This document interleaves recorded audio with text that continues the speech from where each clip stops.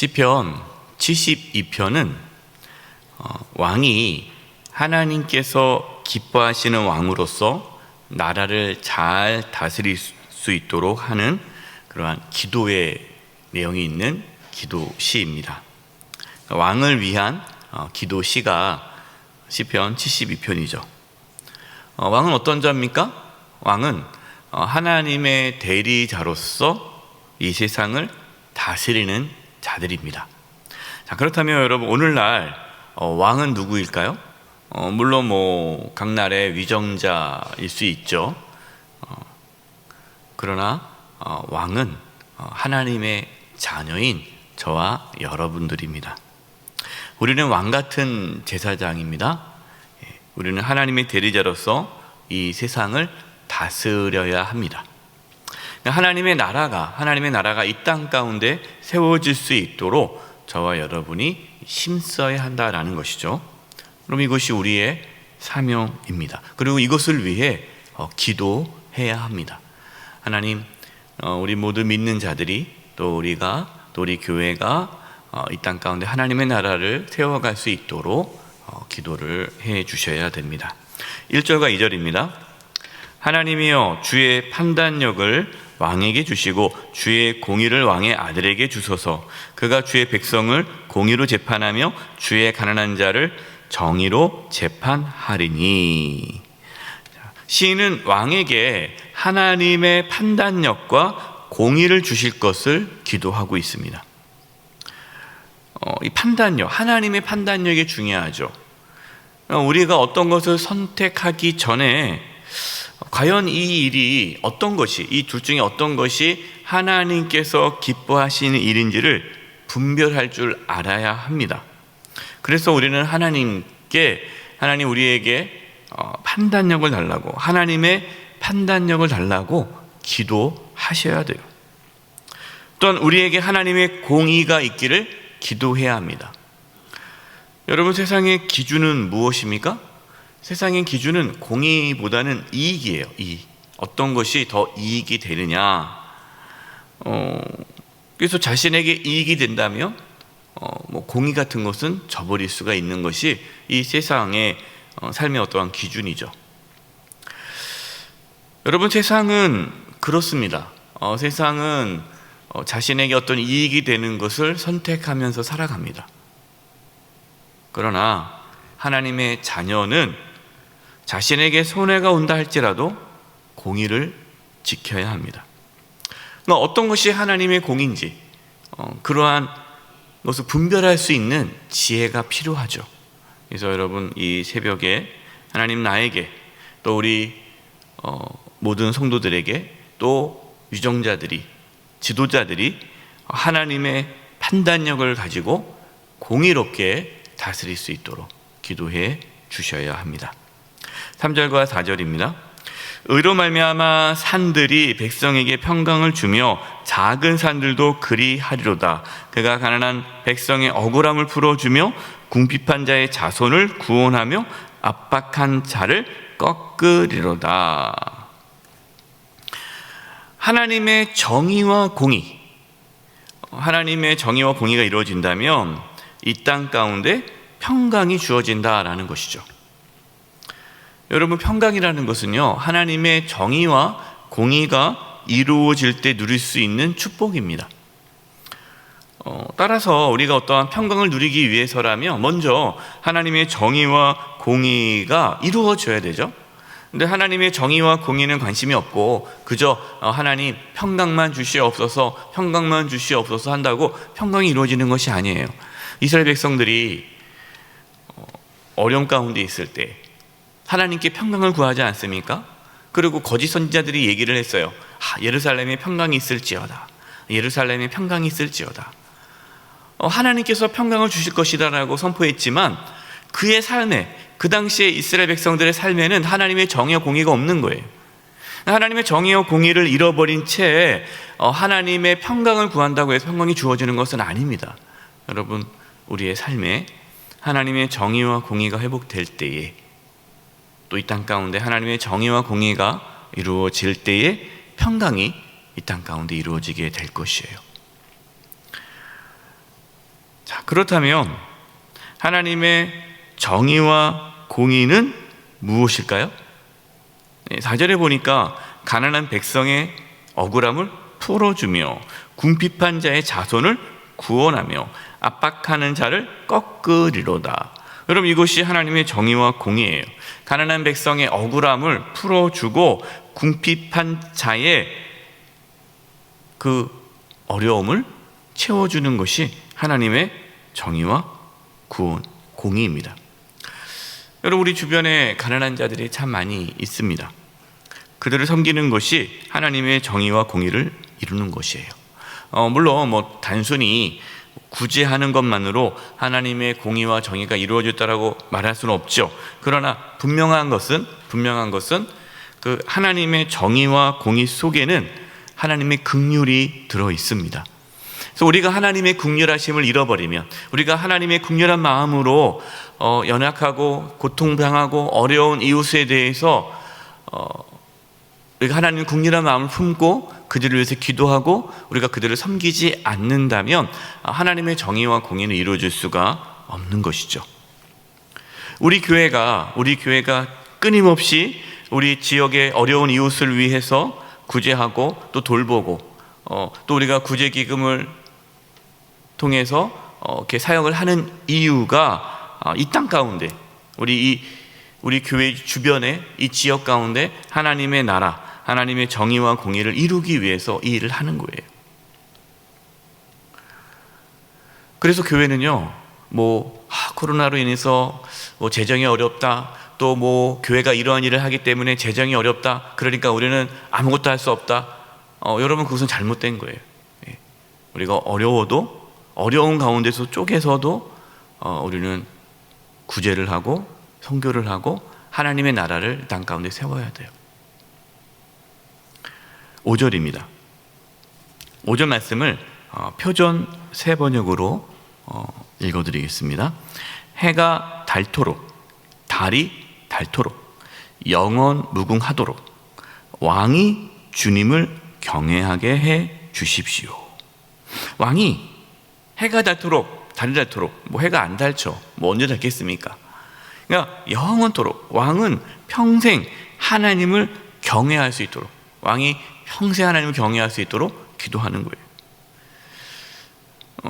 여러분, 우리가 우리 자신을 기도해야 되죠.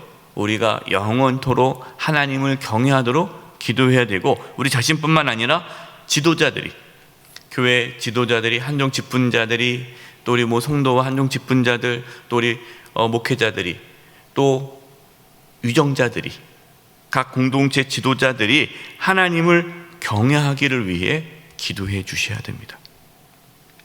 여러분, 우리 교회가 하나님을 경외하는 교회가 되기를 기도하셔야 돼요. 6절과 7절입니다. 그는 벤 풀 위에 내리는 비같이 땅을 적시는 소낙비같이 내리리니 그의 날에 의인이 흥왕하여 평강의 풍성함이 달이 닿을 때까지 이르리로다. 아주 시적인 표현이죠. 그러니까 왕이 벤풀 위에 내리는 비같이 되기를 기도하고 있습니다. 여러분, 이 비라는 것은, 성경의 비는 생명을 살리는 뭐죠? 비가 없으면 그 땅은 죽는 거예요. 그래서 비가 와야 그 땅에 생명이 다시 일어나는 겁니다. 그러니까 하나님의 자녀인 우리는 비와 같은 존재가 돼야 돼요. 비. 그러니까 우리가 있으므로 우리가 속한 공동체가 살아나야 됩니다. 비가 없으면 죽는 것처럼 우리 하나님의 자녀가 이 땅 가운데 사라지면 그 공동체는 이제 황폐해지는 거예요. 우리의 가정이 우리로 인해서 생명이 살아나야 되고, 우리가 있는 그 공동체마다 생명이 살아나야 되고, 우리 예수 믿는 사람들이 이 한국 땅에 있으므로 이 대한민국이 생명으로 살아나야 되는 거예요. 근데 만약에 그렇지 않다, 예수 믿는 사람들이 너무나 많은데 여전히 이 땅 가운데 죄악이 가득하고 이 대한민국이 이 생명이 점점 죽어가고 있다라는 것은 지금 우리 교회가, 또 우리 믿는 자들이 하나님의 자녀로서 역할을 잘 못하고 있는 것이죠. 우리의 가정 가운데, 우리 교회 가운데, 또 우리가 속한 공동체 가운데에 평강이 가득할 수 있기를, 우리가 비와 같은 사명을 잘 감당해서 평강이 가득할 수 있기를 힘써 기도해 주시고 또 힘써 주시기를 바랍니다. 8절 보십시오. 그가 바다에서부터 바다에게까지, 강에서부터 땅끝까지 다스리니. 그 다음에 11절, 모든 왕이 그의 앞에 부복하며 모든 민족이 다 그를 섬기리로다. 여러분, 이 말씀은 하나님의 나라가 이스라엘에게만 국한되는 것이 아니고 열방 가운데 뻗어나가는 것을 말씀하시는 거예요. 그러니까 하나님의 나라가 이렇게 확장되는 것을 말씀하시는데요. 여러분, 이것은 하나님의 통치, 하나님의 다스림이 미치지 않은 것이 없다라는 것이죠. 모든 나라가 다 하나님의 다스림, 통치를 받습니다. 우리는 땅끝까지 이르러서 하나님의 나라를 세워야 하죠. 이것이 우리의 사명입니다. 우리가 복음을 전하는 이유가 무엇입니까? 하나님의 나라가 땅끝까지 세워지기 위해 복음을 전하는 거예요. 그래서 이것이 우리의 사명이죠. 12절과 13절입니다. 그는 궁핍한 자가 부르짖을 때 건지며 도움이 없는 가난한 자도 건지며, 그는 가난한 자와 궁핍한 자를 불쌍히 여기며 궁핍한 자의 생명을 구원하며. 앞서 말씀드린 대로 가난한 자와 궁핍한 자를 불쌍히 여기는 것이 하나님의 정의와 공의를 이루는 것이고 우리가 해야 할 사명이다라고 다시 말씀하고 있습니다. 16절입니다.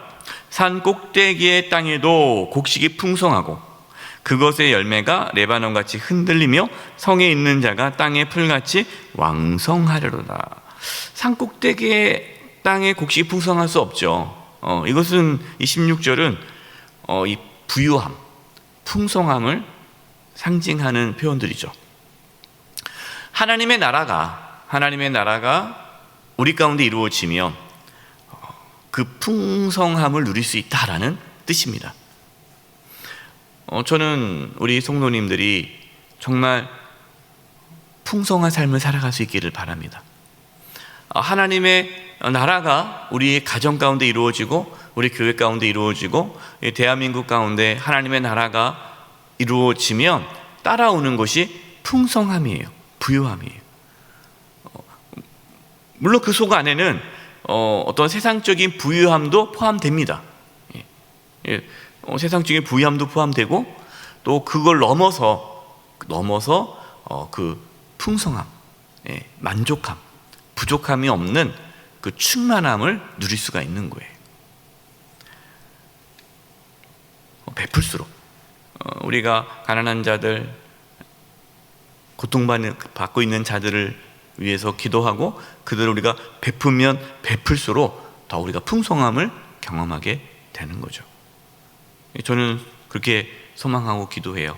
우리 교회가 자꾸만 베풀고 또 나누고 섬김으로 더 풍성한 교회가 될 수 있도록 기도하고 또 우리 교회에 있는 우리 모든 성도님들도 그런 풍성함을 누릴 수 있기를 간절히 기도합니다. 마지막으로 18절과 19절입니다. 홀로 기이한 일들을 행하시는 여호와 하나님 곧 이스라엘의 하나님을 찬송하며 그 영화로운 이름을 영원히 찬송할지어다. 온 땅에 그의 영광이 충만할지어다. 아멘, 아멘. 시인은 앞에서부터 쭉 왕을 위해서 기도합니다. 왕이 이렇게 하나님의 사명을 잘 감당할 수 있도록 쭉 기도하는데 마지막 18, 19절에 보면은 하나님을 찬양함으로 끝나요.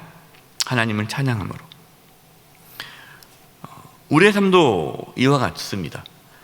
우리의 삶도 하나님의 찬양, 하나님을 찬양함으로 우리의 삶이 맞춰야 되죠. 우리의 삶이 하나님을 찬양함으로 가득 차야 합니다. 18절에 보니까 홀로 기이한 일들을 행하시는 여호와 하나님. 하나님은 어떤 분이십니까?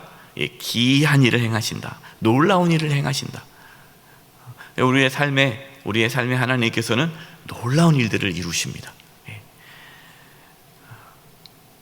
하나님은 우리의 삶에 놀라운 일들을 만들어 가실 것을 기대하면서 하나님을 날마다 찬양하며 살아가는 저와 여러분 되시기를 바라고, 또 우리 영세교회가 늘 하나님을 찬양하고 또 하나님의 나라를 또 이 땅 가운데 세워가는 귀한 교회가 되기를 간절히 축원드립니다. 기도하겠습니다. 하나님 아버지, 이 마지막 때에 우리 사랑하는 모든 성도님들, 또 우리 영세교회 하나님의 나라를 이 땅 가운데 세워가는데 귀하게 사용되게 주시옵소서. 늘 하나님을 찬양하며 하나님께 영광 돌리며 살아갈 수 있는 저희 모두가 되게 해 주시옵소서. 오늘 하루도 그렇게 살아가기를 간절히 바라옵고 예수님의 이름으로 기도드립니다. 아멘.